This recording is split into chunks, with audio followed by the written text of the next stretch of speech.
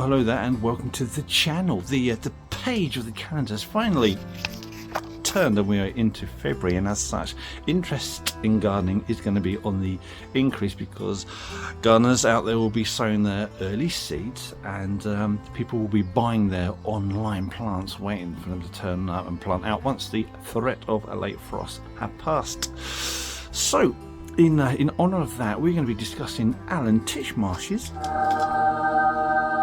one of my favourite gardening presenters, his top 5 flowering plants for the spring and summer, which you'll be able to buy these pretty soon. So without further ado, we're going to get on with it, but the trouble is there is a warning. And that warning is that we will be covering some pink plants because Alan Titchmarsh does seem to like a few pink colours in his garden, and if you're a manly gardener like myself, we don't do pink. I don't like pink at all. It's washed out. It's insidious, disgusting colour. Really horrible. Anyway, if we were all the same, then all gardeners would be the same, and then life would be terribly dull. So let's not worry about that. Everybody's got their own opinion. Anyway, so we'll start off with his first choice for his favourite flowers, and that is the Delphinium. Let's get on with it. Oh yeah, Delphiniums, they come in pink too. You know, I don't mind Delphiniums. They can be quite striking in the garden, especially the dark blue varieties that I particularly like. But you know, you can get pink, white, light blue. There's a big selection. They are herbaceous perennial, although you do get some annual ones, and they can get some really good height of them. Approximately 2 meters tall. They can get them even higher, like up to 2.5 meters tall, but that does come with a risk because the stems are quite brittle, so they are prone to snapping in strong winds, so that means you're going to have to give them some support. If you give them support, make sure they're tied in at least 2 or 3 areas, because if you just got one stem on one cane secured in one position, again, it will still bend and snap. The other issue with them is they are prone to damage from slugs and snails once they start to emerge. But if you can manage that, support them, then they'll give you an absolutely stunning display. So Delphiniums is are all right in my book, the blue one says. Now, all I would say is that due to the risk of slugs and snail damage when they first emerge, because that's like a key time period for these if you want a successful flowering display, is to try and grow them in sort of like a well-drained, light soils, so something that doesn't retain too much moisture on the surface, for the slugs to actually get along quite easily. So put in your slug management, put in your stakes, try and plant them. They need full sun. Try and plant them somewhere sheltered.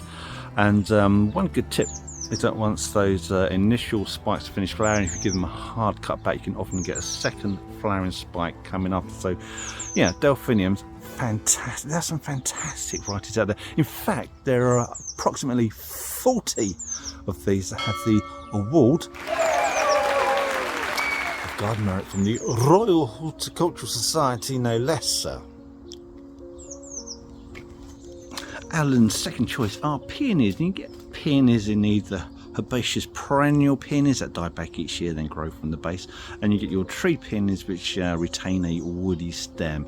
And arguably for the most part the herbaceous peonies are the ones that tend to provide the more voluminous big blooms, bolder colours. On the tree peonies they tend to be a bit more smaller, but let's be honest with you, there are some absolutely fantastic blooms on tree peonies. In fact, I've got a lovely white one in the garden which is absolutely stunning. The flowers are almost as big as your head, and my head is pretty big, especially according to my wife.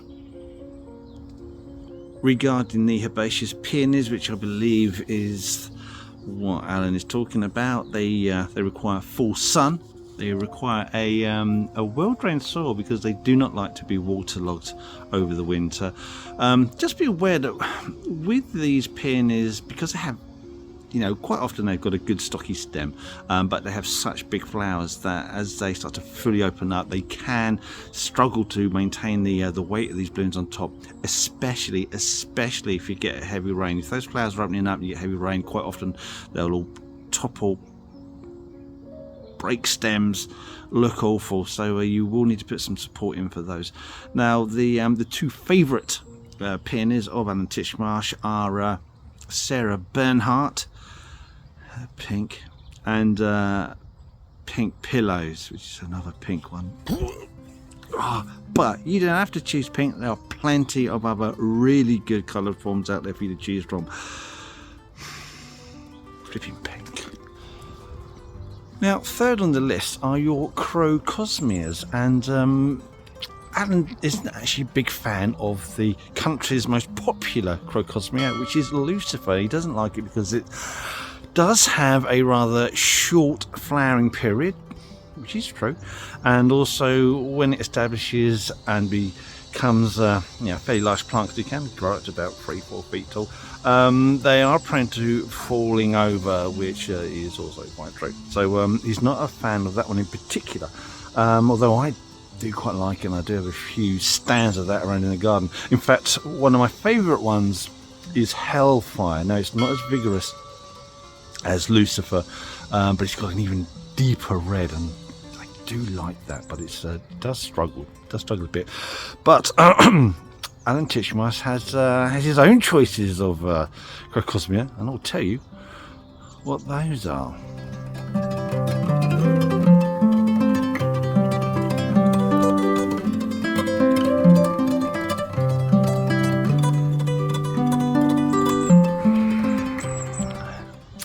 George Davison, Jackanapes, Emily Mackenzie. That one's not so bad. Alan tends to prefer these more delicate, lighter coloured flowering ones. I don't like any of them. But like I say, everyone has a different choice. They all have their own opinions, and if there's a particular one that you like, you can always put that in the comments. But for me, I like Lucifer and Hellfire, but you can buy what you want, doesn't matter. Now, if you are finding the information in this video useful, or perhaps just mildly amusing and you'd like to pass it on, then by all means press the like button. It supports this channel immensely and helps us do what we do. Don't forget, you can also click onto the subscription button. Subscription is absolutely free, and you can unsubscribe at any time. It doesn't cost you anything, and if you want to be notified whenever we publish a new video, then all you need to do is click on that notification bell. Anyway, let's continue to find out what old Boilbelt has to say. Right, the next choice is Althaea cannabina, the cannabis-leaved hollyhock. I hate it. I really hate this one. I'm going to tell you about it anyway. It's flipping horrible. Oh, goes to about 5 feet tall. It's got a very open habit. Does have the cannabis-looking type of leaf, and no, it's not cannabis. You can't smoke it dry or whatever you do. But it is an ornamental plant. It'll probably give you an awful lot of damage if you took it. Pink flowers like this. Oh, horrible.